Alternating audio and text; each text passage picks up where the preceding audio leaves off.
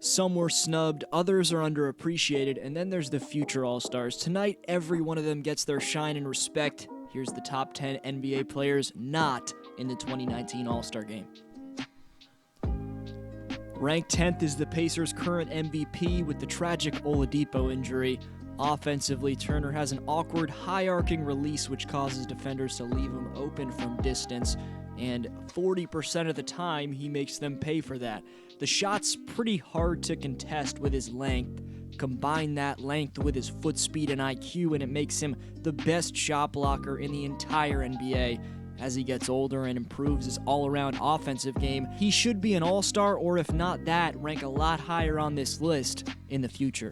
Pascal Siakam was somehow never in the Rising Stars game in either of his first two seasons. Now you can argue he got snubbed from the weekend again, this time from the All-Star game. If Toronto was first in the East, I think he would have gotten the nod, but I've already predicted on this channel that he'll be an All-Star. He reminds me a bit of Giannis when he's driving. He's as tough as any NBA player, and his jump shot mechanics just keep on improving. Pascal's former teammate is number 8, DeMar DeRozan, who's having his most efficient season since 2016-17, where he averaged 27 a game. Only difference from that season is he's a second option now. As funny as him and Lowry were in the interviews, he and Aldridge's demeanor and playing styles complement each other much more. It'll be an interesting postseason for the Spurs if they can hang on to their seed. The week off helps them specifically because their top two options have a ton of NBA mileage. Jimmy Butler's the 7th best non-All-Star in 2019. The off-court drama in Minnesota, and which carried over to Brett Brown in Philly, if anything has made him underrated. Maybe he does have a big ego for some players that ends up diminishing them, but Jimmy can back his up. This is the perfect complementary scorer for Philly to have, the 3rd most efficient shooting guard in the league, and a proven two-way player, with his defense being tops in the league as well.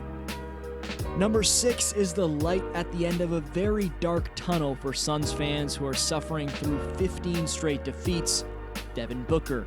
Other than Ayton and Booker, who have very few years of pro experience combined, Phoenix is just completely dysfunctional. Booker's a scoring machine, though. He'd do that on any team.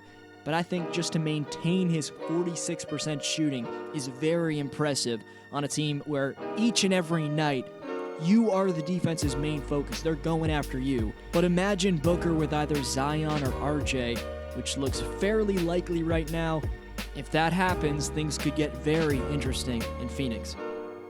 Quick shout out to Swensation55 before the top 5. He says Mirotic to the Bucks threatens Toronto's chances at winning the East, but he's sticking with the Raptors. For next video shout out and to compete in the top 5 giveaway, stay tuned for today's question and leave your take on it down below. Appreciate all the answers. 5th best is Drew Holiday, who averages 21 and 8 on 47% shooting. Yet the point guard position is so deep in the NBA, you forget to consider Drew among the elite. He's not considered underrated because of his $26 million cap hit, but he's extremely efficient in the paint. On the other end, he's one of the best defenders at his position. A lot of that is due to the fact that strength-wise, he can match up with any guard in the NBA, so a tough player to shut down. 4th best non-All-Star in 2019 is Donovan Mitchell. You can't call it a sophomore slump, but despite the points per night increasing, the efficiency has dipped.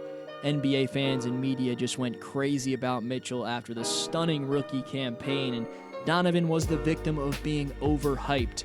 But even though the jump from star to superstar might not be made this season, his demeanor, athleticism, and work ethic still make him an undeniable future All-Star. Chris Paul is 3rd best, and because he's past his prime, some may say he's ranked too high on a list like this. To your credit, the Rockets haven't been at their best this year, and CP3 got hurt again. But if healthy, the bearded MVP can't ask for better ball handling relief in the playoffs.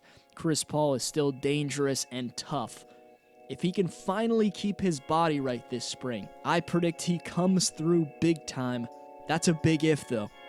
Meet the most intimidating shot blocker in the NBA, the main piece to Utah's elite defense for a 2nd season in a row, and the 2nd best non-All-Star in the NBA, Rudy Gobert. Every team in the top 7 of the West had an All-Star except for Utah. Rudy is debatably the man on this list who you could say got snubbed the most. He is still just 26, no doubt the most valued defensive big man right now, will eventually see an All-Star game. Highly considered for the top 10 were Mike Conley, Tobias Harris, Steven Adams, Hassan Whiteside, Andre Drummond, Buddy Hield, and Zach LaVine. On to number 1. Number 1 is Luka Doncic. How exactly is this rookie better than all these other vets who've seen years of NBA experience? Maybe he isn't, but for the improvement he's brought to the Mavericks this season. Carrying them night in, night out. He's drawn comparisons to LeBron in his rookie season, taken control of the Mavs offense, and in turn, he's made Kristaps Porzingis excited to join this squad. So for the shockingly dominant first half of his rookie season, I think Luka deserves the number 1 spot. If you're new, subscribe for Hoops Talk like this all year long. Today's question is, who's your number 1 NBA player outside of the All-Star game? Best answer gets next video shout out. Thanks the world for watching. This has been Dflow. See you next video.